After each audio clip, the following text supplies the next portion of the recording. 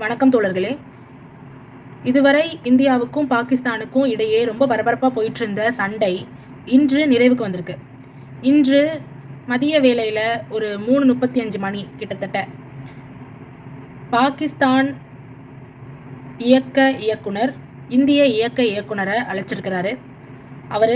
இவங்க 2 பேரும் மாலை 5 மணியில இருந்து நிலத்திலையும் கடல்லையும் வானத்திலையும் இனி சண்டையை தொடர வேண்டாம் அப்படிங்கிற ஒப்புதலுக்கு வந்திருக்கிறாங்க. அதுபோக வெளியுறவு செயலாளர் விக்ரம் மிஸ்ரி இந்த சண்டை நிறுத்தத்தை உறுதி செஞ்சிருக்கிறாரு. வெளியுறவுத்துறை அமைச்சர் ஜெய்சங்கர் ஒரு சமூக ஊடக பதிவில் தீவிரவாதத்திற்கு எப்பொழுதுமே இந்தியா ஒரு கடுமையான நிலைப்பாடை கொண்டிருக்குது அப்படின்னு கூறியிருக்கிறாரு.